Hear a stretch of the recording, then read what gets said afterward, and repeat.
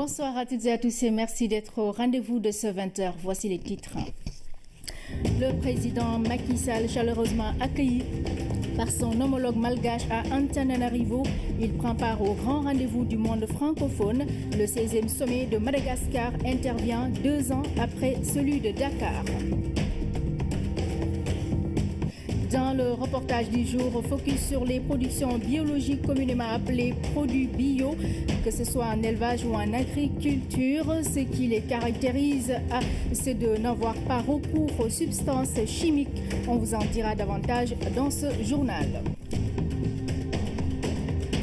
Et puis le dossier du jour nous plonge dans l'ambiance des cours de récréation, un moment pour s'épanouir. Il est parfois propice à certaines tentations. Comment les éviter aux élèves? Réponse dans cette édition. La rubrique métiers s'invite ce soir dans l'univers des internes des hôpitaux. Leur mission consiste à être au chevet des patients 24 heures sur 24, d'où leur appellation à Baïfal des malades. Tout sur leur mission et leur cursus dans la rubrique du vendredi.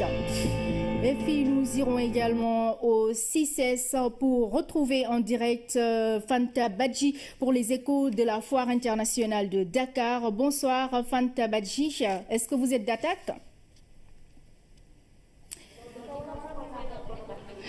Bonsoir Oumou Baldé et bienvenue ici au Centre international du commerce extérieur du Sénégal, le CICES, qui abrite cette année la 25e édition de la FIDAK. Voilà, merci Fanta Badji. On vous retrouvera au cours de ce journal pour les échos donc de la foire internationale. Ce sera en direct dans quelques instants.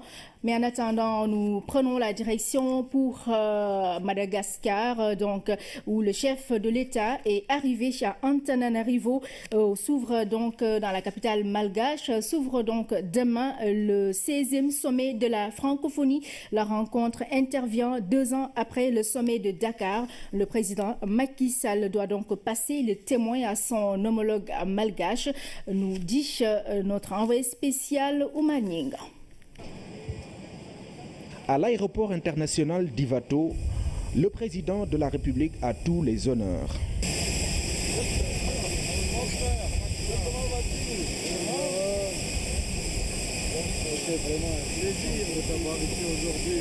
L'accueil que lui réserve son homologue Rajaonari Nampianina traduit l'importance de la participation du Sénégal à la rencontre.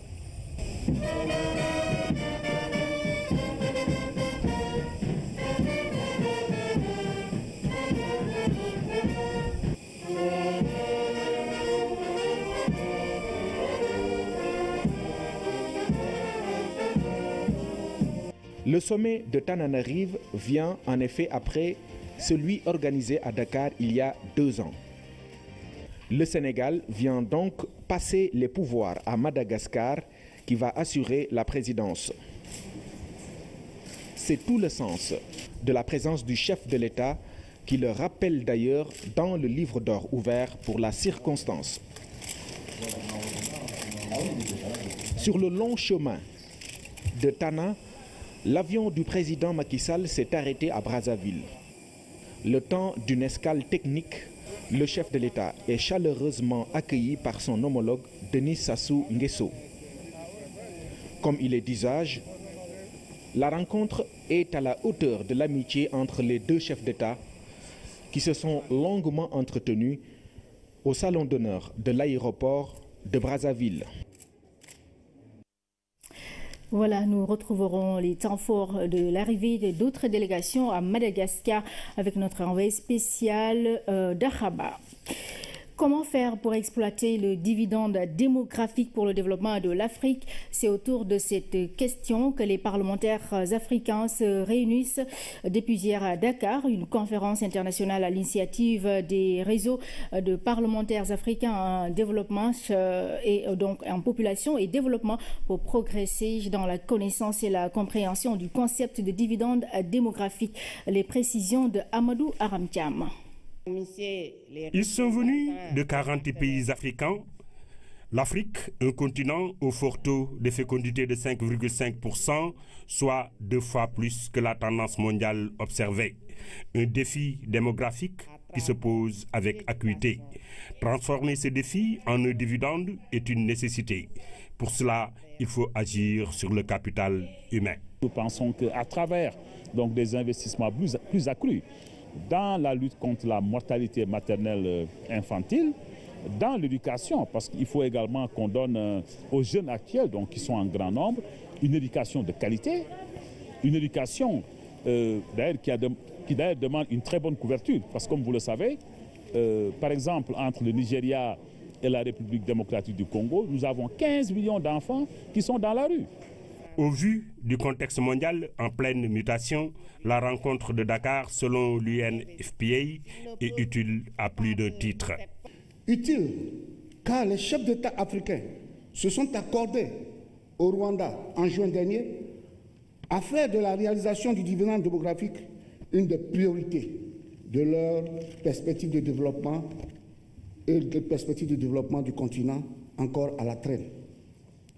Utile, car plus que jamais, les parlementaires que vous êtes entendez renforcer votre rôle pour dire aux gouvernants le cri de cœur. Un cri du cœur de millions d'adolescents, de femmes et de jeunes aux espoirs presque perdus, une niche de recrutement pour les terroristes sur laquelle il faut agir par une définition de politique hardie et un engagement de cela même chargé de voter les lois, les parlementaires. Pour pleinement jouer ce rôle, les principales actions des parlementaires et de leur réseau doivent se concentrer sur, premièrement, le vote des lois et la promotion des textes réglementaires favorables à l'agenda de la CIPD. Deuxièmement, la mobilisation des ressources pour la santé et de la reproduction. Troisièmement, le contrôle de l'action gouvernementale relative à l'agenda de la CIPD. Quatrièmement, le plaidoyer et la communication pour promouvoir l'agenda de la CIPD. De cette conférence de Dakar, il est attendu un engagement fort, mais aussi la définition du contenu et les modalités de la contribution du continent à la prise en charge de la capture du dividende démographique. Vers une approche intégrée et cohérente du développement durable en Afrique, des OMD aux ODD en passant par l'agenda 2063, la Commission économique pour l'Afrique présente un rapport de transition. Toutes les questions liées au développement durable sont évoquées dans ce rapport. C'est un compte rendu de Amadou Aramtiam.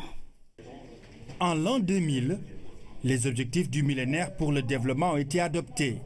Après une mise en œuvre de 15 ans, l'Afrique présente de bons résultats sur 4 objectifs et pour le reste, le bilan est mitigé.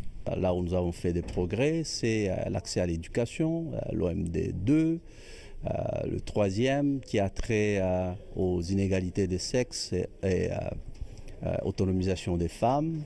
L'Afrique a fait des progrès assez remarquables. Aussi, en termes de santé, l'OMD 6 qui a trait au renverser la tendance à la hausse qu'il y avait du VIH-Sida, la tuberculose et puis les autres maladies. C'est aussi un objectif dans lequel le continent s'est très bien comporté. Après les OMD, place à une transition duale, 2 grands agendas. L'agenda 2063, un cadre de développement sur le long terme, avec une vision des chefs d'État adoptée en septembre 2013 à l'Assemblée générale des Nations unies. Il y a aussi l'agenda 2030, adopté en septembre 2015. Ainsi, l'Afrique et le monde font face à 2 nouveaux programmes avec de grandes ambitions. Il est heureux de constater que les problèmes qui affectent les Africains, que ce soit inscrit dans les ODD ou dans l'agenda 2063, ce sont les mêmes. Les gens veulent avoir accès à l'éducation, accès à la santé. Donc ça se recoupe à peu près 90%. Les ODD et l'agenda 2063 se recoupent. Vous comprendrez que cet agenda plus ambitieux intègre tous toutes les discussions, les réflexions qui ont été faites dans le cadre de l'avancée vers l'intégration de l'Afrique. La Commission économique pour l'Afrique prône une transition durable pour notre continent, du NEPAD à l'agenda 2063 et des objectifs du millénaire pour le développement aux objectifs pour le développement durable. Ce rapport de transition évoque toutes les questions liées au développement, de l'environnement à l'économie, en passant par le social. Nous repartons à Antananarivo qui abrite donc à partir de demain le 16e sommet de la francophonie J-1, une avant-dernière journée marquée par l'arrivée de plusieurs délégations, dont celle du Sénégal. Madagascar attend donc une trentaine de chefs d'État. Les précisions de notre envoyé spécial Dahaba. Madagascar, située dans l'océan Indien et à 400 km est des côtes africaines, est la 4e plus grande île du monde. Sa capitale, Antananarivo, accueille ce samedi le 16e sommet de la francophonie. Et c'est le Centre international des conférences de IVAT qui a été choisi pour abriter ce rendez-vous biennal de la francophonie. Et je dois dire que les choses vont de façon absolument saisissante et efficace. L'accueil des autorités malgaches, en plus, signifie qu'ils ont fait tout ce qu'ils pouvaient pour nous procurer les meilleurs équipements, les meilleures situations pour faire notre travail. Ce que nous voyons ici aujourd'hui, en particulier les salles magnifiques qui nous sont offertes, vraiment, le sommet débute sous les meilleurs auspices. Un premier cutus à la délégation générale malgache à la francophonie. Elle a tout mis en œuvre pour assurer au sommet un succès, surtout en termes de participation. Un peu plus de 30, un peu moins de 35, donc c'est entre les deux pour le moment, parce que comme vous le savez, il y a toujours des arrivées tardives qui s'annoncent, et des fois pour des raisons peut-être de calendrier, d'agenda du chef de l'État. Mais aujourd'hui, on confirmait, j'allais dire, entre 33 et 35 à peu près, chefs d'État et chefs de gouvernement. Le 25 août, j'allais dire, le gros des arrivées donc, se déroulera pendant cette journée-là. Mais il y aura aussi des arrivées tardives, comme celle, par exemple, annoncée déjà du président Hollande, qui arrive donc le matin. Le samedi matin. Madagascar tient aussi à donner à ce sommet Antananarivo 2016 un cachet spécial. Alors, on va combiner spectacle et participation ou intervention des orateurs. Je ne peux pas vous dévoiler maintenant le nom des orateurs ou la succession des personnes qui vont donner la parole. Mais attendons-nous à voir entre 8 et 10 orateurs qui vont représenter les continents, par exemple, ou les grandes organisations planétaires également aussi, ou continentales. Et évidemment, il va y avoir également aussi une séquence, ou des séquences. Je préfère quand même garder la surprise pour tout le monde, parce que ce que je peux vous dire, une séquence artistique, ça va être un très très beau spectacle. Oui, monsieur le délégué général, mais notre caméra à l'intérieur de l'auditorium de 8 à 900 places où va se dérouler la cérémonie officielle d'ouverture a pu filmer une séquence avec les jeunes en répétition. Ils sont conviés à la journée du 26 novembre 2016. Il paraît qu'il y a des jeunes qui participent au 16e sommet de la francophonie. Qu'est-ce que les jeunes viennent faire parmi les chefs d'État, les ministres et les diplomates? Apparemment, il y en aurait une vingtaine, mais je ne sais pas pourquoi ils sont là. C'est ne pas vraiment un endroit pour la jeunesse, un sommet de la francophonie, non? Bien sûr que si. Antananarivo n'est qu'à quelques heures de l'ouverture des travaux de la première instance de la francophonie, le sommet des chefs d'État et gouvernement, membres observateurs ou associés de la francophonie. 2 jours d'échange pour une déclaration, celle dite d'Antananarivo, le choix du pays hôte du 17e sommet, déjà 2 candidats en lice, la Tunisie et l'Arménie, mais aussi la validation de nouvelles adhésions à l'Organisation internationale de la francophonie qui compte à ce jour 80 États et gouvernements. Retour chez nous après 2 semaines de travaux sur les procédures administratives prioritaires.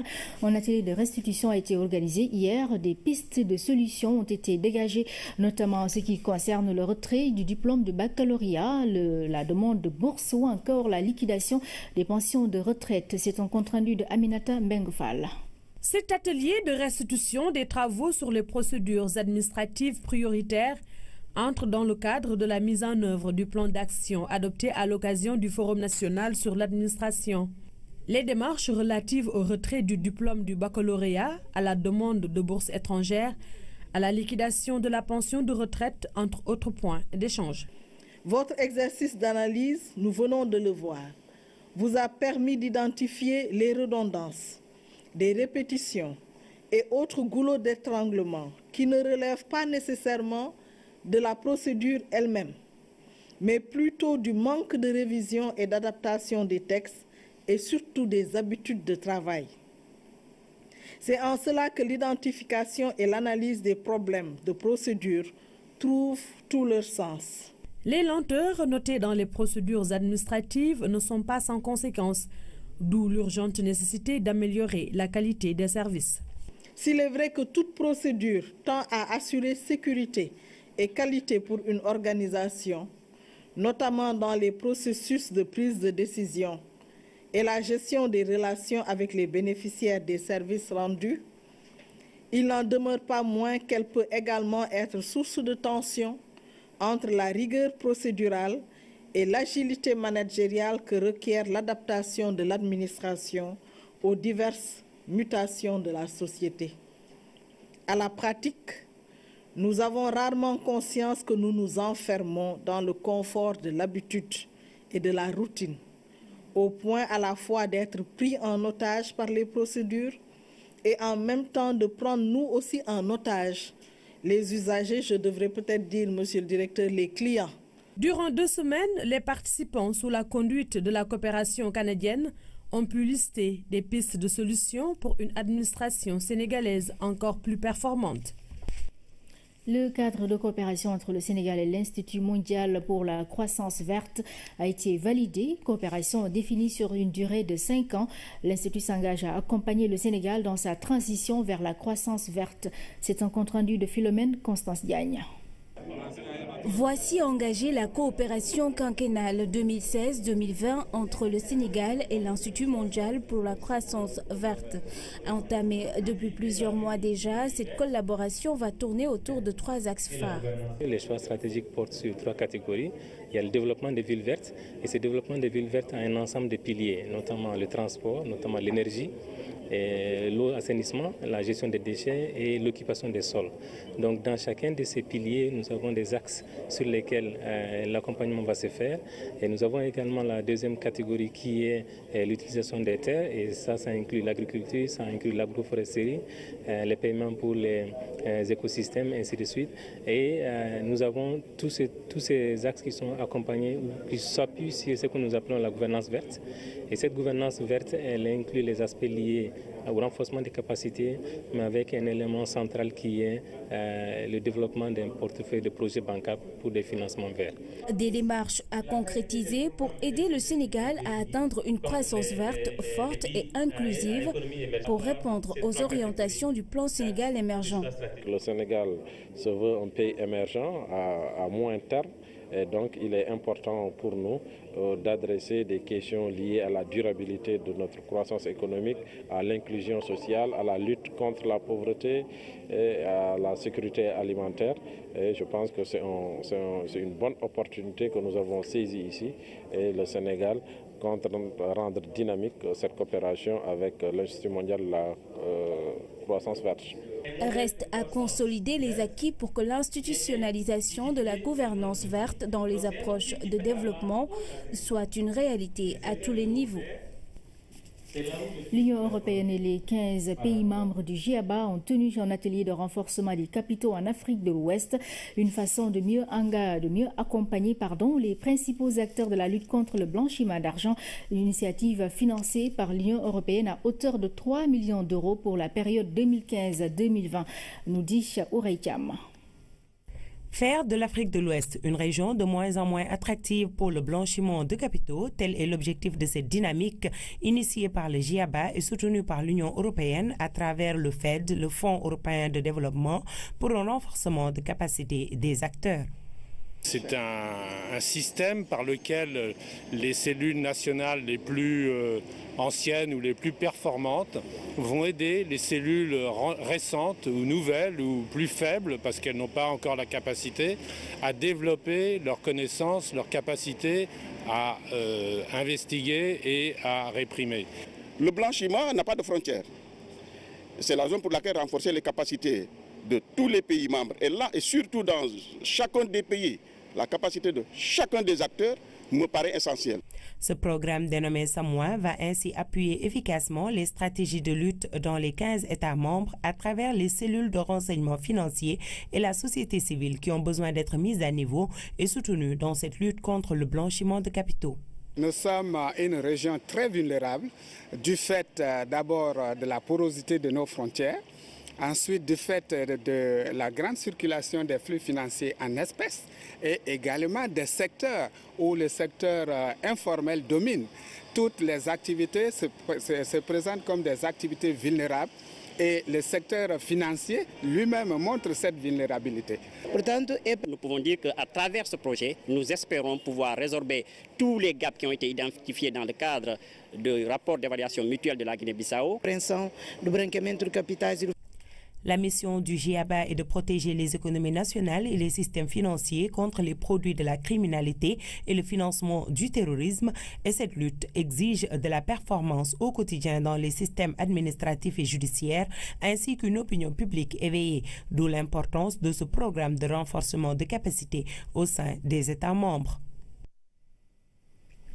Je le disais en titre, notre reportage du jour fait aujourd'hui un focus sur les productions biologiques communément appelées produits bio, que ce soit en élevage ou en agriculture. Ce qui les caractérise, c'est de n'avoir pas recours aux substances chimiques. Luis Bizza nous en dit davantage. Tout produit agricole qui porte la mention biologique sur l'étiquette est réglementé.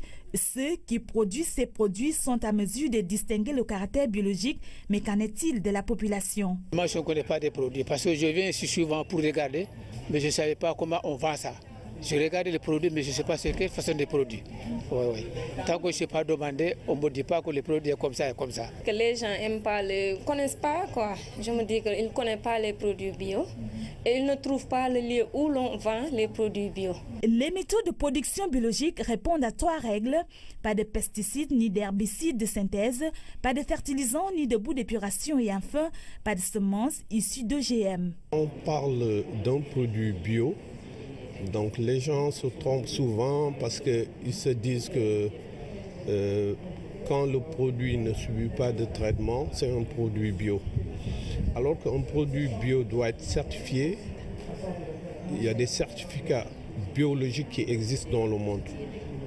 Même si tu ne mets pas de produits phytosanitaires ni d'engrais chimiques, tu dois le certifier et le prouver. Si tu ne le prouves pas, tu n'es pas biologique. Ces normes sont respectées dans certaines boutiques de la place. Ici, au sein de la plateforme de Anne, l'agriculture biologique connaît un engouement sans précédent. C'est à Dakar seul, nous qui faisons les produits bio. C'est Indaprona qui encadre les femmes au niveau du Niay, qui fait les produits bio. Qui l'amène ici au parc Anne, on le vend là-bas et sur les marchés aussi. Parce qu'on a 3 marchés à faire. L'une, c'est à Plateau les mardis, mercredi aux Almadies, vendredi au Clos Normand. Les pratiques de production respectent les cycles naturels, les écosystèmes du sol et son environnement. Parce qu'il y a des exigences sur les pratiques culturelles, les exigences au niveau du type d'intrants qu'on utilise qui coûtent plus cher, les intrants bio, engrais bio, semences bio et j'en passe. Et en termes d'exigences aussi de pratiques culturelles à respecter, de normes à respecter. Du coup, à l'arrivée, le produit bio coûte beaucoup plus cher. Les produits alimentaires transformés n'ont aucun colorant et arôme artificiel, encore moins d'agents de conservation de synthèse. Il y a également l'aspect conservation. Les produits bio se conservent en général beaucoup plus longtemps. Par exemple, prenons le cas de la banane. Ils l'ont constaté eux-mêmes, les producteurs à Tambacounda. Ils ont constaté qu'avant d'exporter, ils ont mis sur le marché une banane d'aussi grande qualité que la banane importée, autant pour moi, en termes de teinte, de couleur, de goût, mais surtout les commerçants eux-mêmes leur ont témoigné que la banane biologique venant de Tamba se conserve beaucoup plus longtemps. Ça, c'est important. La production de la viande ou de la volaille bio obéit aussi à des conditions de vie adaptées au naturel. Les éleveurs ne doivent utiliser en aucune manière les antibiotiques ni d'hormones de croissance. Les engrais, ça tue. Les pesticides, ça tue. Ce n'est pas bon pour la santé. Et nos produits actuellement locaux sont bourrés d'engrais chimiques et de pesticides. Donc on doit faire très attention à ça. Donc quand on se certifie pour l'agriculture biologique, il y a des cahiers de charges. La teneur faible, voire nulle en produits toxiques pousse de nombreux consommateurs à choisir de plus en plus ce genre d'aliments. Pour les légumes, presque on vend tous les jours plus de 100 et 150 000 francs pour les légumes et les fruits. Pour les sirops et les confitures et le miel, c'est les produits de la Casamance. On a aussi les unités de transformation qui se trouvent à Casamance et Kolda. Il y a aussi les légumes qui vont venir de Thiès, à Kermoussé. On a aussi les champs là-bas qui font seulement les légumes bio là-bas. Le bio est plus cher, mais le différence, c'est pas trop. C'est pas trop. Le certificat biologique exige à se conformer aux règles. Le monde bio est un monde à part. C'est donc un monde sans pesticides, néfastes à l'environnement et à la santé. Les engrais chimiques également qui détruisent la terre ne sont pas admis. À ce stade du journal, nous retrouvons en direct du CICES Fanta Badji pour les échos de ce deuxième jour de la foire internationale de Dakar. Bonsoir Fanta Badji, c'est un plaisir de vous retrouver. Alors, qu'est-ce qui a marqué ce deuxième jour de la foire ? Voilà, bonsoir Oumou Baldé. Et pour ce deuxième jour de la foire, nous nous sommes intéressés au pays hôte, à savoir l'Éthiopie. L'Éthiopie qui est un pays qui a tout un art, tout un savoir et toute une richesse à faire valoir. Aujourd'hui exactement, la délégation a pris quartier au niveau du pavillon tertiaire. Au niveau de ce pavillon justement, il y a beaucoup de produits qui sont proposés aux visiteurs. Notre reporter Lamine Touré vous fait découvrir le Made in Éthiopie. Suivons son reportage.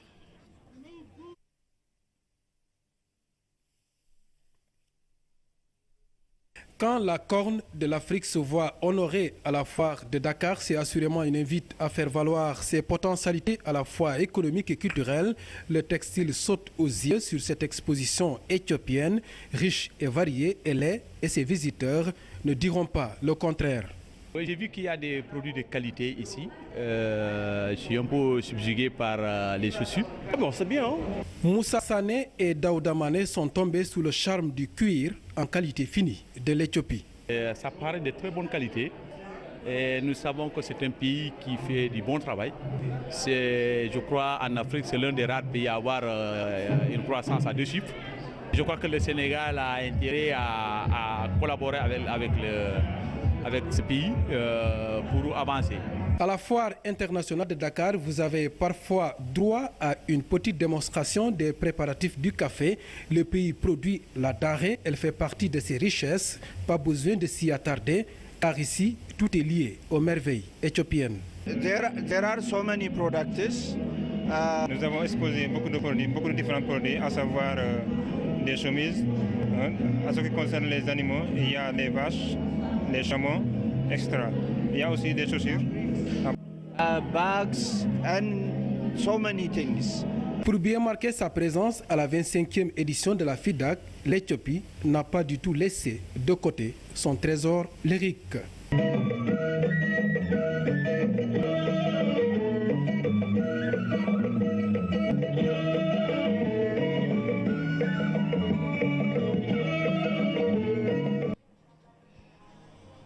À Voilà, avant la fin de ce journal, nous reviendrons plus exactement sur l'animation culturelle avec la musique traditionnelle éthiopienne. Mais en attendant, nous allons justement voir du côté des stands où le marché de l'emploi se présente assez complexe pour justement les nombreuses filles et garçons qui viennent pour chercher du travail. Sur le terrain, la demande semble être largement supérieure à l'offre, nous dit Anaïs Nyanyamane.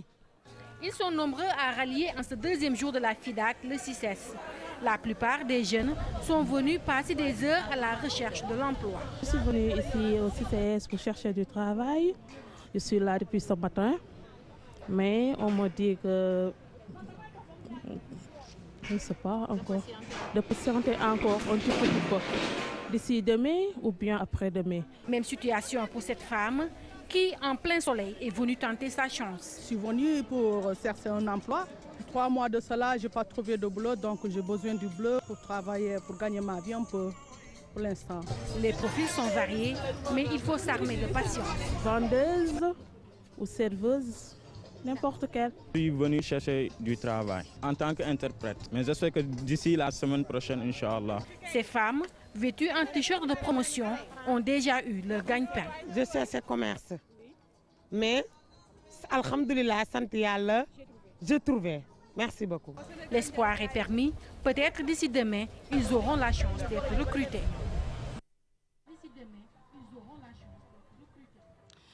Il est vrai que les pays qui exposent viennent souvent avec une forte délégation, mais ils ont aussi besoin de recruter sur place pour pouvoir échanger et puis accueillir les gens qui viennent pour acheter leurs produits. Je vous le disais tout à l'heure, avant de nous quitter, je vais juste vous proposer quelques images de l'animation culturelle avec la musique traditionnelle éthiopienne. Vous voyez la délégation éthiopienne qui esquisse quelques pas de danse au rythme de la musique traditionnelle éthiopienne. C'est vraiment intéressant. Juste une facette de la culture éthiopienne avec cette danse. C'est tout pour aujourd'hui, Oumou Baldé. En attendant de vous retrouver demain pour d'autres échos de la foire. Voilà, merci à vous, Fanta Badji. J'imagine que vous avez esquissé quelques pas de danse avec les Éthiopiens, n'est-ce pas, Fanta? Non, pas aujourd'hui, puisque je ne sais pas vraiment comment m'y prendre, mais hier, avec le Bougorebou Diola, je vous assure que je n'ai pas pu me retenir en vrai Diola. Au rythme du Bougorebou, il était vraiment impossible avec Anaïs Nyanyamane et également Lamine Touré qui m'ont vraiment accompagné. Il y avait même Ibrahim Diédu qui était de la partie. Voilà, merci à vous. Vraiment bien. Voilà, merci à vous, Fanta Badji. On vous retrouve un peu plus tard pour le journal de la foire. Voilà, chers téléspectateurs, je le disais en titre, le dossier du jour nous plonge aujourd'hui dans l'ambiance des cours de récréation, un moment pour s'épanouir, mais il est parfois propice à certaines tentations. Comment les éviter? Élément de réponse dans ce dossier signé Jeanne Dior. La cigarette est vite jetée lorsque notre caméra s'est rapprochée d'un groupe d'élèves. Ils déclarent sous le couvert de l'anonymat que leurs parents l'ignorent et ils en profitent au maximum entre 2 cours et durant la pause. En plus de la cigarette, ce sont les jeux de petites virées de temps en temps et beaucoup d'élèves, garçons comme filles, ne se privent pas. Ces images ont été tournées sur le chemin qui mène au lycée Ngalandou Diouf. Devant l'école, des élèves révisent. Ici, l'occupation majeure tourne autour des cours pour certains. Durant la pause, on peut jouer un peu avec nos camarades et aussi d'ouvrir les cahiers pour réviser un peu. On révise nos leçons, on achète de quoi manger, on se promène et on discute entre amis. Ce que les élèves n'ont pas dit tout haut et qu'ils fustigent, c'est ce qui se passe dans cette ruelle appelée Ruku Europe. Ici, ce sont les absentéistes, les fumeurs et quelques-uns touchés par les flèches de Cupidon qui évoluent. Informé du problème par le voisinage qui vient souvent se plaindre, le directeur de l'école explique la cause. Malheureusement, les dangers, c'est dans ces ruelles-là. Nous n'avons pas où les mettre. Nous n'avons pas de salle de permanence. Bon, la bibliothèque elle est très petite pour les contenir. Bon, la salle d'informatique également n'est pas très fonctionnelle. Ce qui fait que donc, lorsqu'ils n'ont pas cours, nous sommes obligés de les mettre dehors. Il serait bien que de temps en temps, quand même, que la police fasse une descente pour voir un peu ce qui se passe. vraiment, nous avons peur pour nos élèves. Le libertinage de certains adolescents s'explique. Ces enfants généralement sont sous l'influence de la tyrannie des pères et développent par conséquent des comportements plus ou moins déviants, qui apprennent à fumer.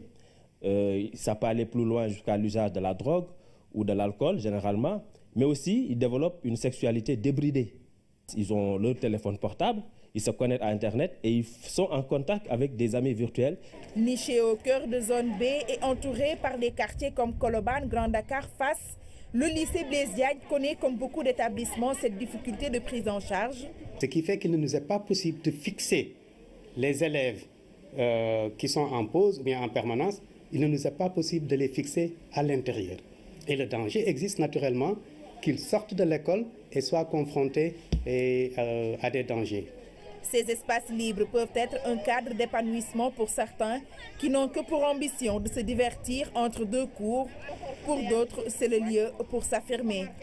L'heure de la pause, c'est la possibilité de rencontrer ma copine, discuter, tout ça, prendre un bon temps. La crise d'adolescence peut amener certains enfants à l'envie de découvrir certaines pratiques, de faire certaines expériences, mais attention aux comportements déviants. Le nœud du problème, c'est les parages de l'école. On ne doit pas voir, par exemple, de boutiques, par exemple, qui vendent de l'alcool, du tabac, ou bien des possibilités de jeux. Tout ça doit être quand même éloigné du cadre scolaire.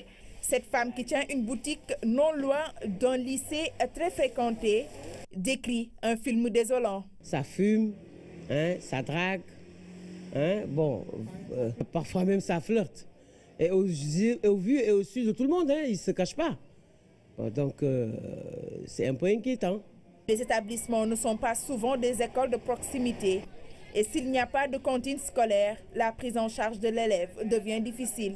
Ça peut permettre un tout petit peu de les canaliser. Mais je ne veux pas aujourd'hui tout décharger sur l'école ou la cantine. Il y a un travail à faire au niveau des foyers, au niveau des parents qui doivent sensibiliser les enfants sur le fait d'éviter les influences. L'enfant est fan de ses parents d'abord. Vous voyez. Bon, par exemple, si tu es là en train de frapper ta femme, de l'engueuler, de faire de n'importe quoi devant tes enfants, mais ces enfants vont suivre ça. En tant que père de famille, dès que tu rentres dans la maison, voilà, la cigarette, allez, pam, pam, pam, pam. Mais l'enfant, quand il prend une cigarette, il se dit, l'exemple, c'est papa qui le fait, et moi je le fais. Fumer, aller avec d'autres qui viennent les entraîner, des copains d'autres écoles qui viennent les voir et qui viennent les entraîner, mais sans non plus être trop strict, parce qu'ils ont besoin aussi de sortir un peu. Quand papa au moment est strict, cela donne un enfant averti, éloigné des tentations multiples. Mon père m'a interdit d'avoir un copain et un téléphone. D'autres, par contre, sont, selon certains spécialistes, démissionnaires de leurs responsabilités et charges morales. Qui n'ont pas le temps, effectivement, de socialiser, c'est-à-dire de transmettre les valeurs à leur progéniture. Le phénomène de libertinage est très répandu dans les collèges et lycées privés comme publics. Si l'évolution du monde et des technologies de la communication est mise en accusation, le manque de suivi des parents et la crise des valeurs ont accentué ce phénomène, car l'élève ne traduit à l'école que ce qu'il vit dans son environnement familial. Voilà pour le dossier du jour signé Jeanne Dior. La rubrique métier s'invite ce soir dans l'univers des internes des hôpitaux. Leur mission consiste à être au chevet des patients 24 heures sur 24, d'où leur appellation à Baïfal des malades. Tout sur leur mission et leur cursus avec Philomène Constance Diagne. On se croirait dans une salle d'encadrement, ce qui ne serait pas totalement faux vu que ces étudiants en médecine sont en plein cours pratique dispensés par une interne en 4e année de neurochirurgie. L'internat, c'est pour se spécialiser. Donc soit tu es interne, soit tu es ce qu'on appelle DS. Le DS, c'est le diplôme d'études spécialisées. D'accord ? Maintenant, l'internat, c'est comme un DS, mais avec, je veux dire, une responsabilité un peu plus poussée dans le milieu hospitalier. Parce qu'en général, on est responsable après les chefs de service, les assistants et les internes qui suivent sur la hiérarchie, quel que soit le nombre de DS, leur âge et quoi que ce soit. Les missions du docteur Sagar sont nombreuses et malgré son jeune âge, elle s'en tire bien. Donc on gère tout ce qui est hospitalisation, le service, les urgences, le bloc opératoire. En général, toutes ces activités sont gérées par l'interne et même l'encadrement des étudiants que l'université envoie au service. Comme vous avez vu tout à l'heure, j'ai fait la visite, j'étais avec les étudiants. Donc tu les encadres, tu les apprends un peu de la spécialité. Et en gros, c'est ça, tu t'occupes du service, c'est à toi qu'on demande des comptes. Il faut être au courant de tout ce qui se passe, des sorties, des entrées, de tout problème. À l'image du docteur Sagar, ils sont nombreux, ces médecins internes des hôpitaux, à assumer d'énormes responsabilités. 3 spécialisations hospitalières les accueillent, à savoir la neurochirurgie, la biologie et la néphrologie. Il y a un maître qui disait qu'il n'y a pas d'interne d'un service, mais c'est l'internat des hôpitaux. Donc dès que tu es interne, tu es dans tous les services. Dans tous les services où on t'appelle pour en aide, tu dois pouvoir y aller, donner ton avis pour aider le malade qui en a besoin. L'autre chose aussi, c'est que l'interne, la formation, dès que tu es interne, tu es un DS, c'est-à-dire tu apprends pour obtenir le diplôme de spécialisation. Donc tu vois nettement qu'il y a un double avantage, ça te permet de raccourcir la médecine. Et l'autre chose aussi, c'est que l'interne, ce que je dis souvent, on enseigne les gens en apprenant d'eux. La plupart des internes sont logés à l'hôpital, donc ils sont tout le temps là. Donc quand il y a un problème, c'est l'interne qui doit se présenter, d'où le nom d'interne, parce que l'interne, il doit être interné, il doit être dans le service 24 heures sur 24, il doit être là. Voilà, maintenant, au matin, c'est de 8 h jusqu'à 15 h, bien sûr. En cours d'année scolaire, avec les cours, on se permet d'aller au cours et de revenir. Pour la garde de biologie, c'est de 18 h au lendemain. Toutes ces charges attestent de l'indispensabilité des internes. Ils sont même dénommés les baïfals des hôpitaux. Vraiment, ils jouent un très grand rôle dans les structures sanitaires. Ce que je souhaiterais pour vraiment au finish, pour que ça ne soit pas une perte. Parce que nous, on est vraiment sûrs de leur formation, on les a bien formés, aussi bien sur le plan technique, sur le plan fond. Donc on souhaiterait que vraiment qu'ils soient à nos côtés, en d'autres termes, qu'ils soient recrutés et qu'ils nous rejoignent. On est formés aussi pour être des enseignants, même si on ne bénéficie pas d'un poste d'enseignant. Donc, quelle que soit la situation du candidat, il ne perd jamais. Malgré leurs souhaits et détermination, les internes croient perdre un peu de leur prestige d'antan. Ils trouvent qu'ils devraient être plus considérés dans leurs fonctions. Je suis mariée, je suis maman d'un bébé qui a 11 mois, machallah. Donc, c'est pas vraiment évident, mais on essaie de faire avec. Par exemple, là, j'étais de garde. Donc, depuis hier matin, je suis là à l'hôpital, depuis 8 h. J'ai passé la nuit, j'enchaîne encore jusqu'au soir. Et le matin, je reviens à 8 h comme tout le monde.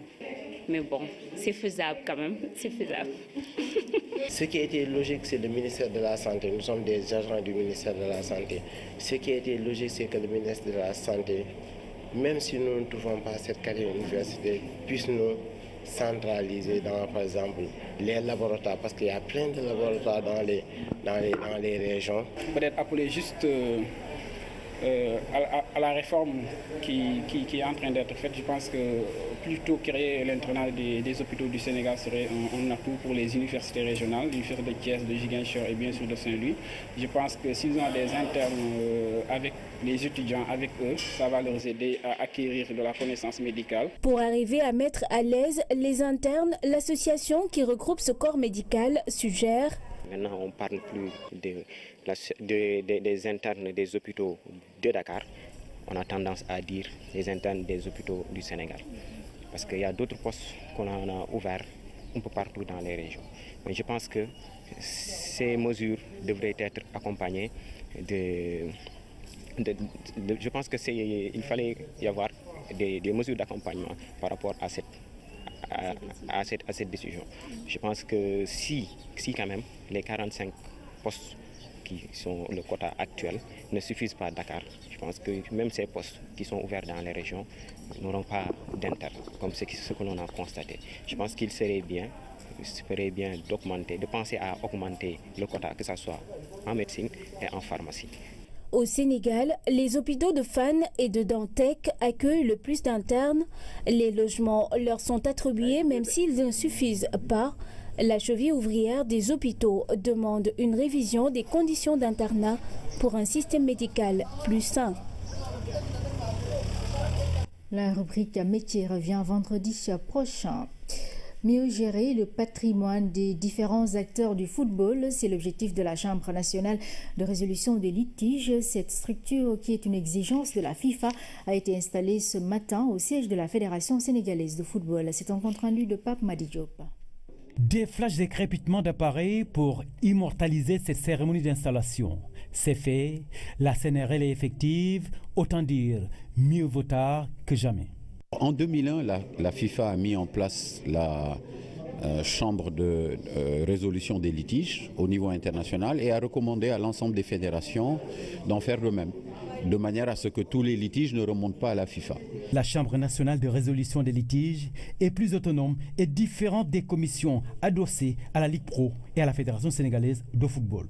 C'est l'organe qui est chargé de gérer tous les conflits patrimoniaux au niveau de la fédération, c'est-à-dire tout ce qui a rapport à l'argent, au contrat de travail, etc. etc. C'est une commission très importante puisque c'est là où devront être réglés tous les litiges ayant trait à cet aspect patrimonial dans le football sénégalais. Composé d'un président magistrat et d'un vice-président notaire, le reste est une composition paritaire. D'abord, 3 représentants de joueurs. Nous ferons tout notre possible pour défendre les joueurs qui sont actifs et essayer de peser de tout notre poids pour que s'il doit y avoir sanction, pour que la sanction ne soit pas trop lourde envers eux parce qu'il y a leur carrière en jeu. Et je pense que le problème est qu'il faudra y aller avec beaucoup d'intelligence et beaucoup de tact. Ensuite, 3 autres représentants de clubs. Il faut comprendre que défendre l'intérêt des clubs au détriment du droit ne saurait se comprendre. Donc je serai là pour la défense des intérêts si ça s'inscrit dans le droit chemin. Le travail presse, des jugements sont là, mais la Chambre a 4 ans de vie. Le temps pour évacuer tous les dossiers. Un colloque axé sur le thème « Le Code des obligations civiles et commerciales ». 50 ans après, se tient à l'université Assane Seck de Ziguinchor. Cette rencontre qui réunit plusieurs universitaires et des praticiens du droit vise à repenser le code donc des obligations civiles et commerciales. Il est organisé par le laboratoire de recherche en sciences économiques de l'université Assane Seck en partenariat avec la faculté de sciences juridiques de l'UCAD, nous dit Abdoulaziz Ban. Le grand amphithéâtre de l'université Assane Seck de Ziguinchor a servi de cadre pour la tenue de ce colloque international. Des participants venus de divers horizons ont échangé sur le Code des obligations civiles et commerciales du Sénégal, 50 ans après. Il est entré en vigueur le 15 janvier 1967 et il nous a semblé qu'il était important, 50 ans après l'entrée en vigueur de ce code, de revenir sur tout ce qui était pour nous anachronique, c'est-à-dire ce qui n'était pas de notre temps, mais également de revenir sur tout ce qui pouvait être mieux de notre époque, en raison de l'évolution des rapports sociaux, en fonction aussi de l'évolution des rapports économiques. Qu'il apparaît au premier regard que le COCC est rempli de dorures et de parures. C'est assurément une fortune déjà constituée, un trésor à préserver. Mais la pratique a fini de révéler que ce trésor peut s'effilocher si sa gestion n'est pas sécurisée. Au cours des débats, il a été surtout question de repenser le Code des obligations civiles et commerciales, voire même le renforcer en vue de le conformer aux réalités contemporaines.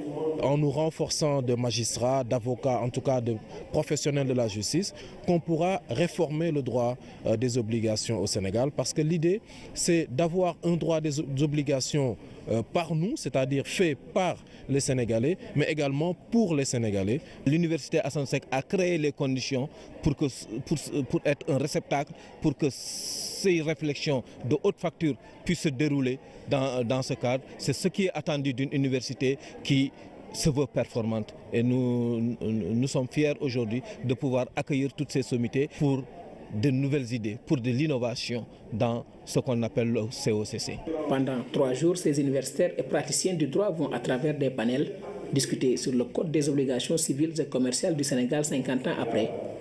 Les conclusions de ces travaux seront remises aux autorités. France Alumni Sénégal. Cette plateforme des anciens étudiants des écoles françaises a été lancée hier, une initiative du ministère français des Affaires étrangères qui vise à rassembler autour d'un réseau dynamique une communauté d'entrepreneurs. La cérémonie s'est tenue à la résidence de l'ambassadeur de France au Sénégal, Disha Fatou Sakho. Présents sur les 5 continents, les alumni forment une importante communauté d'anciens étudiants qui ont effectué leurs études en France. Consciente de son action dans la formation de ses ressources humaines, elle s'évertue à rassembler cette communauté. France Alumni Sénégal s'adresse à tous, jeunes, moins jeunes, étudiants, universitaires, professionnels de l'entreprise, de la santé, de l'environnement, du numérique, des médias, hommes politiques, diplomates. Tous ont été, d'une certaine manière, les ambassadeurs du Sénégal en France. Alors, mon vœu, aujourd'hui, c'est qu'ils deviennent les ambassadeurs de la France au Sénégal. Des ambassadeurs qui, certainement, ne seront pas ses concurrents, surtout si l'on considère que la France est la destination de prédilection des étudiants sénégalais. En 2016, le nombre d'inscrits a augmenté de 31%. Il tourne aujourd'hui autour de 10 000. La France est une terre d'accueil pour les élèves, les étudiantes et les étudiants, une terre de culture, de sciences, de technologie, une terre d'échange et de solidarité. Elle a beaucoup contribué, à côté des établissements d'enseignement supérieur du Sénégal, à la construction des ressources humaines qui font la fierté de notre pays. La coopération au niveau de l'enseignement supérieur et de la recherche a pris un nouvel élan. Plusieurs projets sont en cours et qui participent à la mise en œuvre du plan Sénégal émergent. C'est dans ce contexte dynamique que la plateforme s'ouvre au Sénégal après le Nigeria. La plateforme France Alumni Sénégal s'insère dans un paysage dynamique qui est celui d'une communauté mondiale où déjà plus de 50 000 alumni répartis dans 60 pays sont inscrits. Et les alumni sénégalais vont ainsi rejoindre un réseau mondial qui croît de jour en jour et sur laquelle vraiment nous cherchons à positionner un partenariat très fort avec les entreprises. Ces entreprises qui sont aujourd'hui au nombre de plus de 400 sur l'ensemble du réseau et qui ont déjà publié plus de 5000 offres d'emploi. Cette initiative, saluée par plus d'un, est une belle occasion pour les alumni sénégalais de valoriser leur cursus français. Je pense le partage d'expérience. Il y a pas mal de parcours qu'on a côtoyés et qu'on n'a pas forcément pu vivre et c'est toujours une richesse de pouvoir partager. Et au-delà de ça, je pense également tendre la main aux jeunes qui sont en train, par exemple, d'utiliser ce réseau. C'est salutaire au moment où on est en train d'essayer de réduire ou de limiter la fuite des cerveaux et aussi de réduire l'immigration des jeunes, donner des exemples de personnes qui sont parties et qui sont revenues peut être quelque chose de salutaire pour l'économie du Sénégal. France Alumni, lancé au Sénégal ce jeudi, est un site qui offre des espaces de discussion et des groupes thématiques. Ce réseau, riche d'1 million d'étudiants, présente aussi les grandes entreprises et écoles françaises. Dans l'actualité internationale, le Burundi ne veut pas collaborer avec l'ONU. Le président Erdogan menace l'Union européenne. Les personnes arrêtées en France le week-end dernier sont liées à l'État islamique selon le procureur de Paris. Mais commençons par le Burkina Faso où les militaires peuvent à nouveau participer au gouvernement. C'est un récit de Cheikh Traoré. Au Burkina Faso, les militaires peuvent à nouveau participer à la vie politique. Les députés ont voté jeudi un amendement autorisant à nouveau les membres de l'armée à participer au gouvernement.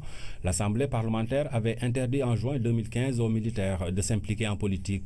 Les militaires n'ont toutefois pas le droit d'adhérer à un parti politique ou à une association à caractère politique. Le Burundi ne va pas collaborer avec la commission d'enquête du Conseil des droits de l'homme de l'ONU. La commission doit enquêter sur les crimes perpétrés depuis le début de la crise burundaise en avril 2015. Le gouvernement burundais est accusé d'être responsable de graves violations des droits de l'homme. Bujumbura, qui ne veut pas de cette commission, a fait savoir qu'elle n'est pas impliquée dans les enquêtes.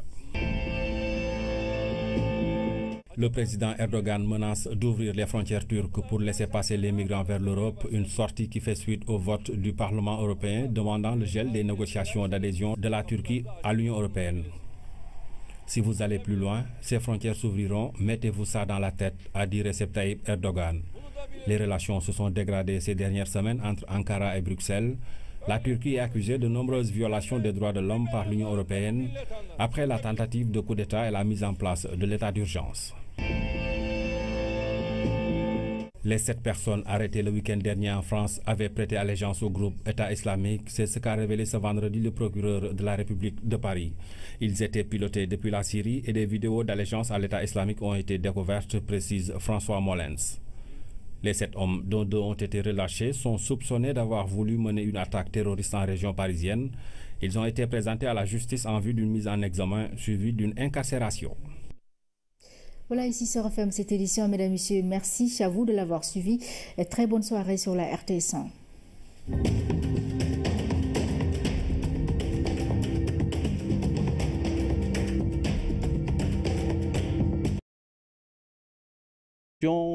Accès à la santé, donc ça se recoupe à peu près 90%, les ODD et l'agenda 2063 se recoupent.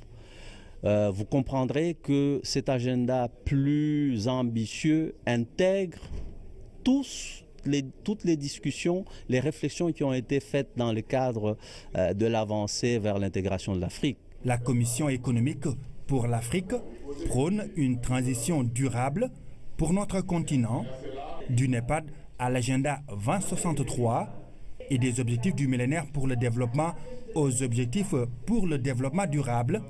Ce rapport de transition évoque toutes les questions liées au développement, de l'environnement à l'économie, en passant par le social. Nous repartons à Antananarivo qui abrite donc à partir de demain le 16e sommet de la francophonie J-1, une avant-dernière journée marquée par l'arrivée de plusieurs délégations, dont celle du Sénégal. Madagascar attend donc une trentaine de chefs d'État. Les précisions de notre envoyé spécial Dahaba. Madagascar, situé dans l'océan Indien et à 400 km est des côtes africaines, est la 4e plus grande île du monde. Sa capitale, Antananarivo, accueille ce samedi le 16e sommet de la francophonie. Et c'est le Centre international des conférences de IVAT qui a été choisi pour abriter ce rendez-vous biennal de la francophonie. Et je dois dire que les choses vont de façon absolument saisissante et efficace. L'accueil des autorités malgaches en plus signifie qu'ils ont fait tout ce qu'ils pouvaient pour nous procurer les meilleurs équipements, les meilleures situations pour faire notre travail. Ce que nous voyons ici aujourd'hui, en particulier les salles magnifiques qui nous sont offertes, vraiment le sommet débute sous les meilleurs auspices. Un premier cutus à la délégation générale malgache à la francophonie. Elle a tout mis en œuvre pour assurer au sommet un succès, surtout en termes de participation.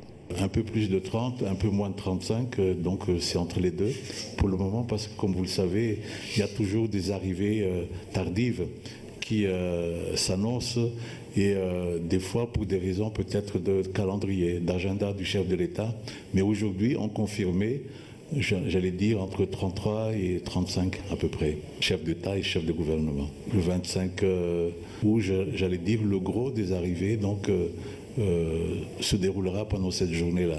Mais il y aura aussi des arrivées tardives, comme celle par exemple annoncée déjà du président Hollande, qui arrive donc le matin, le samedi matin. Madagascar tient aussi à donner à ce sommet Antananarivo 2016 un cachet spécial. Alors, on va combiner spectacle et participation ou intervention des orateurs. Je ne peux pas vous dévoiler maintenant le nom des orateurs ou la succession des personnes qui vont donner la parole. Mais attendons-nous à voir entre 8 et 10 orateurs qui vont représenter les continents, par exemple, ou les grandes organisations planétaires également aussi, ou continentales. Et évidemment, il va y avoir également aussi une séquence, ou des séquences. Je préfère quand même garder la surprise pour tout le monde, parce que ce que je peux vous dire, une séquence artistique, ça va être un très très beau spectacle. Oui, monsieur le délégué général, mais notre caméra à l'intérieur de l'auditorium de 8 à 900 places où va se dérouler la cérémonie officielle d'ouverture a pu filmer une séquence avec les jeunes en répétition. Ils sont conviés à la journée du 26 novembre 2016. Il paraît qu'il y a des jeunes qui participent aux cérémonies de la francophonie. Qu'est-ce que les jeunes viennent faire parmi les chefs d'État, les ministres et les diplomates? Apparemment, il y aurait une vingtaine, mais je ne sais pas pourquoi ils sont là. Ce n'est pas vraiment un endroit pour la jeunesse, un sommet de la francophonie, non? Bien sûr que si.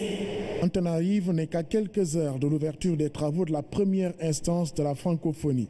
Le sommet des chefs d'État et gouvernement, membres observateurs ou associés de la francophonie. 2 jours d'échange pour une déclaration, celle dite d'Antananarive, le choix du pays démographique. Les précisions de Amadou Aramtiam. Ils sont venus de 40 pays africains. L'Afrique, un continent au fort taux de fécondité de 5,5%, soit 2 fois plus que la tendance mondiale observée. Un défi démographique qui se pose avec acuité. Transformer ce défi en un dividende est une nécessité. Pour cela, il faut agir sur le capital humain. Nous pensons qu'à travers donc, des investissements plus accrus dans la lutte contre la mortalité maternelle infantile, dans l'éducation, parce qu'il faut également qu'on donne aux jeunes actuels, donc qui sont en grand nombre, une éducation de qualité, une éducation qui d'ailleurs demande une très bonne couverture, parce que comme vous le savez, par exemple entre le Nigeria et la République démocratique du Congo, nous avons 15 millions d'enfants qui sont dans la rue. Au vu du contexte mondial en pleine mutation, la rencontre de Dakar, selon l'UNFPA, est utile à plus d'un titre. Utile, car les chefs d'État africains se sont accordés au Rwanda en juin dernier à faire de la réalisation du dividende démographique une des priorités de leur perspective de développement et de perspective de développement du continent encore à la traîne. Utile, car plus que jamais, les parlementaires que vous êtes entendez renforcer votre rôle pour dire aux gouvernants le cri de cœur. Un cri du cœur de millions d'adolescents, de femmes et de jeunes aux espoirs presque perdus, une niche de recrutement pour les terroristes sur laquelle il faut agir par une définition de politique hardie et un engagement de cela même chargé de voter les lois, les parlementaires. Pour pleinement jouer ce rôle, les principales actions des parlementaires et de leur réseau doivent se concentrer sur, premièrement, le vote des lois et la promotion des textes réglementaires favorables à l'agenda de la CIPD. Deuxièmement, la mobilisation des ressources pour la santé et de la reproduction. Troisièmement, le contrôle de l'action gouvernementale relative à l'agenda de la CIPD. Quatrièmement, le plaidoyer et la communication pour promouvoir l'agenda de la CIPD.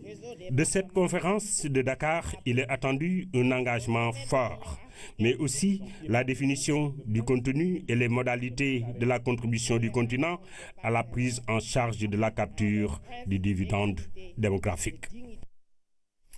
Vers une approche intégrée et cohérente du développement durable en Afrique, des OMD aux ODD en passant par l'agenda 2063, la Commission économique pour l'Afrique présente un rapport de transition. Toutes les questions liées au développement durable sont évoquées dans ce rapport. C'est un compte rendu de Amadou Aramtiam. En l'an 2000, les objectifs du millénaire pour le développement ont été adoptés. Après une mise en œuvre de 15 ans, l'Afrique présente de bons résultats sur 4 objectifs et pour le reste, le bilan est mitigé. Là où nous avons fait des progrès, c'est l'accès à l'éducation, l'OMD 2, le 3e qui a trait aux inégalités des sexes et autonomisation des femmes. L'Afrique a fait des progrès assez remarquables. Aussi en termes de santé, l'OMD 6 qui a trait au renverser la tendance à la hausse qu'il y avait du VIH-Sida, la tuberculose et puis les autres maladies. C'est aussi un objectif dans lequel le continent s'est très bien comporté. Après les OMD, place à une transition duale, deux grands agendas. L'agenda 2063, un cadre de développement sur le long terme, avec une vision des chefs d'État adoptée en septembre 2013 à l'Assemblée générale des Nations unies. Il y a aussi l'agenda 2030, adopté en septembre 2015. Ainsi, l'Afrique et le monde font face à deux nouveaux programmes avec de grandes ambitions. Il est heureux de constater que les problèmes qui affectent les Africains, que ce soit inscrit dans les ODD ou dans l'agenda 2063, ce sont les mêmes. Les gens veulent avoir accès à l'éducation.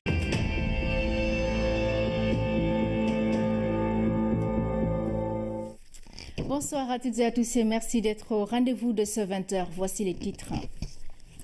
Le président Macky Sall, chaleureusement accueilli par son homologue malgache à Antananarivo, il prend part au grand rendez-vous du monde francophone. Le 16e sommet de Madagascar intervient 2 ans après celui de Dakar.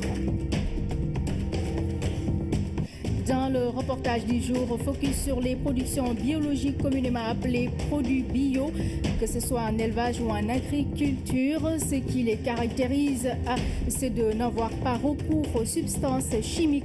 On vous en dira davantage dans ce journal.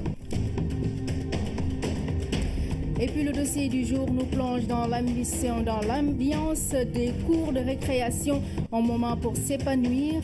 Il est parfois propice à certaines tentations. Comment les éviter aux élèves? Réponse dans cette édition. La rubrique métiers s'invite ce soir dans l'univers des internes des hôpitaux. Leur mission consiste à être au chevet des patients 24 heures sur 24, d'où leur appellation à Baïfal des malades. Tout sur leur mission et leur cursus dans la rubrique du vendredi. Et puis nous irons également au CICES pour retrouver en direct Fanta Badji pour les échos de la foire internationale de Dakar. Bonsoir Fanta Badji, est-ce que vous êtes d'attaque?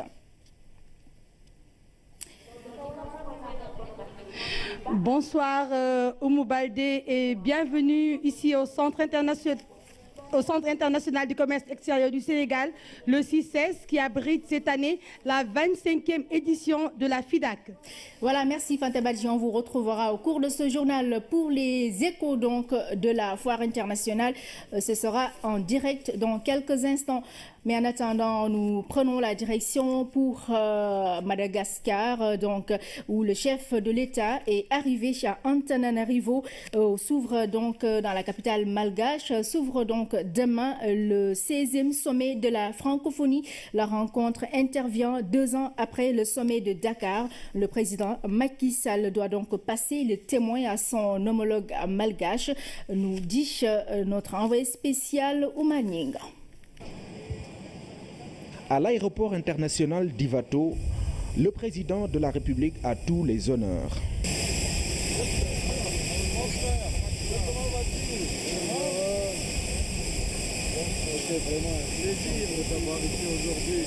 L'accueil que lui réserve son homologue Rajaonari Nampianina traduit l'importance de la participation du Sénégal à la rencontre.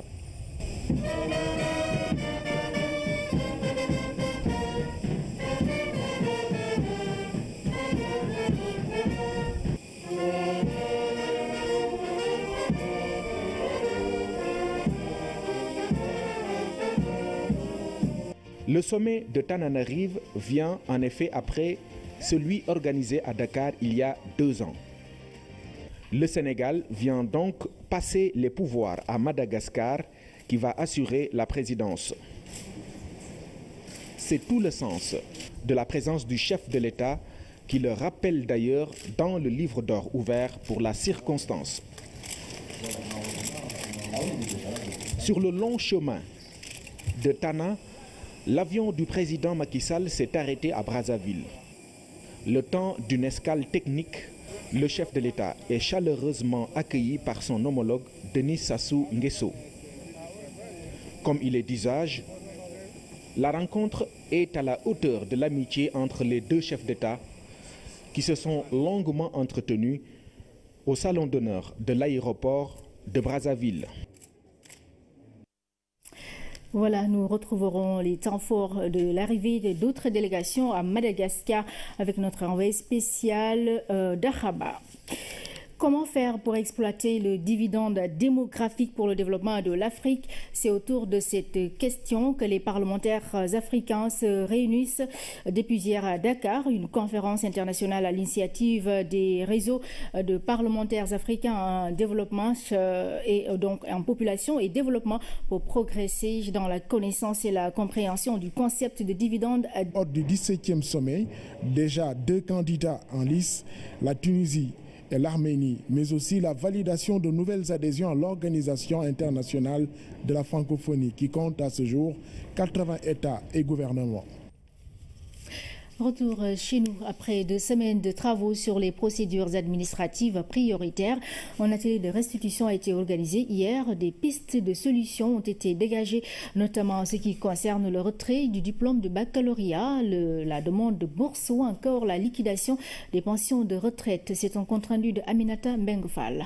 Cet atelier de restitution des travaux sur les procédures administratives prioritaires entre dans le cadre de la mise en œuvre du plan d'action adopté à l'occasion du Forum national sur l'administration. Les démarches relatives au retrait du diplôme du baccalauréat, à la demande de bourse étrangère, à la liquidation de la pension de retraite, entre autres points d'échange. Votre exercice d'analyse, nous venons de le voir, vous a permis d'identifier les redondances, des répétitions et autres goulots d'étranglement qui ne relèvent pas nécessairement de la procédure elle-même, mais plutôt du manque de révision et d'adaptation des textes et surtout des habitudes de travail. C'est en cela que l'identification et l'analyse des problèmes de procédure trouvent tout leur sens. Les lenteurs notées dans les procédures administratives ne sont pas sans conséquence, d'où l'urgente nécessité d'améliorer la qualité des services. S'il est vrai que toute procédure tend à assurer sécurité et qualité pour une organisation, notamment dans les processus de prise de décision et la gestion des relations avec les bénéficiaires des services rendus, il n'en demeure pas moins qu'elle peut également être source de tension entre la rigueur procédurale et l'agilité managériale que requiert l'adaptation de l'administration aux diverses mutations de la société. À la pratique, nous avons rarement conscience que nous nous enfermons dans le confort de l'habitude et de la routine, au point à la fois d'être pris en otage par les procédures et en même temps de prendre nous aussi en otage les usagers, je devrais peut-être dire, monsieur le directeur, les clients. Durant 2 semaines, les participants sous la conduite de la coopération canadienne ont pu lister des pistes de solutions pour une administration sénégalaise encore plus performante. Le cadre de coopération entre le Sénégal et l'Institut mondial pour la croissance verte a été validé. Coopération définie sur une durée de 5 ans. L'Institut s'engage à accompagner le Sénégal dans sa transition vers la croissance verte. C'est un compte-rendu de Philomène Constance Diagne. Voici engagée la coopération quinquennale 2016-2020 entre le Sénégal et l'Institut mondial pour la croissance verte. Entamée depuis plusieurs mois déjà, cette collaboration va tourner autour de 3 axes phares. Les choix stratégiques portent sur 3 catégories. Il y a le développement des villes vertes, et ce développement des villes vertes a un ensemble de piliers, notamment le transport, notamment l'énergie, l'eau, l'assainissement, la gestion des déchets et l'occupation des sols. Donc dans chacun de ces piliers, nous avons des axes sur lesquels l'accompagnement va se faire. Et nous avons également la deuxième catégorie qui est l'utilisation des terres. Et ça inclut l'agriculture, ça inclut l'agroforesterie, les paiements pour les écosystèmes, ainsi de suite. Et nous avons tous ces axes qui sont accompagnés, qui s'appuient sur ce que nous appelons la gouvernance verte. Et cette gouvernance verte, elle inclut les aspects liés au renforcement des capacités, mais avec un élément central qui est le développement d'un portefeuille de projets bancables pour des financements verts. Des démarches à concrétiser pour aider le Sénégal à atteindre une croissance verte, forte et inclusive pour répondre aux orientations du plan Sénégal émergent. Le Sénégal se veut un pays émergent à moyen terme. Et donc, il est important pour nous d'adresser des questions liées à la durabilité de notre croissance économique, à l'inclusion sociale, à la lutte contre la pauvreté et à la sécurité alimentaire. Et je pense que c'est une bonne opportunité que nous avons saisie ici. Et le Sénégal compte rendre dynamique cette coopération avec l'Institut mondial de la croissance verte. Reste à consolider les acquis pour que l'institutionnalisation de la gouvernance verte dans les approches de développement soit une réalité à tous les niveaux. L'Union européenne et les 15 pays membres du GIABA ont tenu un atelier de renforcement des capitaux en Afrique de l'Ouest, une façon de mieux accompagner les principaux acteurs de la lutte contre le blanchiment d'argent, une initiative financée par l'Union européenne à hauteur de 3 millions d'euros pour la période 2015-2020, nous dit Oureytiam. Faire de l'Afrique de l'Ouest une région de moins en moins attractive pour le blanchiment de capitaux, tel est l'objectif de cette dynamique initiée par le GIABA et soutenue par l'Union européenne à travers le FED, le Fonds européen de développement, pour un renforcement de capacité des acteurs. C'est un système par lequel les cellules nationales les plus anciennes ou les plus performantes vont aider les cellules récentes ou nouvelles ou plus faibles, parce qu'elles n'ont pas encore la capacité, à développer leurs connaissances, leur capacité à investiguer et à réprimer. Le blanchiment n'a pas de frontières. C'est la raison pour laquelle renforcer les capacités de tous les pays membres, et là et surtout dans chacun des pays, la capacité de chacun des acteurs me paraît essentielle. Ce programme dénommé Samoa va ainsi appuyer efficacement les stratégies de lutte dans les 15 États membres à travers les cellules de renseignement financier et la société civile qui ont besoin d'être mises à niveau et soutenues dans cette lutte contre le blanchiment de capitaux. Nous sommes une région très vulnérable du fait d'abord de la porosité de nos frontières, ensuite du fait de la grande circulation des flux financiers en espèces et également des secteurs où le secteur informel domine. Toutes les activités se présentent comme des activités vulnérables et le secteur financier lui-même montre cette vulnérabilité. Nous pouvons dire qu'à travers ce projet, nous espérons pouvoir résorber tous les gaps qui ont été identifiés dans le cadre du rapport d'évaluation mutuelle de la Guinée-Bissau. La mission du GIABA est de protéger les économies nationales et les systèmes financiers contre les produits de la criminalité et le financement du terrorisme. Et cette lutte exige de la performance au quotidien dans les systèmes administratifs et judiciaires, ainsi qu'une opinion publique éveillée, d'où l'importance de ce programme de renforcement de capacités au sein des États membres. Je le disais en titre, notre reportage du jour fait aujourd'hui un focus sur les productions biologiques communément appelées produits bio, que ce soit en élevage ou en agriculture. Ce qui les caractérise, c'est de n'avoir pas recours aux substances chimiques. Luis Bizza nous en dit davantage. Tout produit agricole qui porte la mention biologique sur l'étiquette est réglementé. Ceux qui produisent ces produits sont à mesure de distinguer le caractère biologique. Mais qu'en est-il de la population? Moi, je ne connais pas des produits parce que je viens ici souvent pour regarder, mais je ne savais pas comment on vend ça. Je regarde les produits, mais je ne sais pas c'est quelle façon de produits. Oui. Tant que je ne sais pas demander, on ne me dit pas que les produits sont comme ça et comme ça. Que les gens ne connaissent pas, quoi. Je me dis qu'ils ne connaissent pas les produits bio et ils ne trouvent pas le lieu où l'on vend les produits bio. Les méthodes de production biologique répondent à 3 règles. Pas de pesticides ni d'herbicides de synthèse, pas de fertilisants ni de boues d'épuration et enfin, pas de semences issues d'OGM. On parle d'un produit bio. Donc les gens se trompent souvent parce qu'ils se disent que quand le produit ne subit pas de traitement, c'est un produit bio. Alors qu'un produit bio doit être certifié, il y a des certificats biologiques qui existent dans le monde.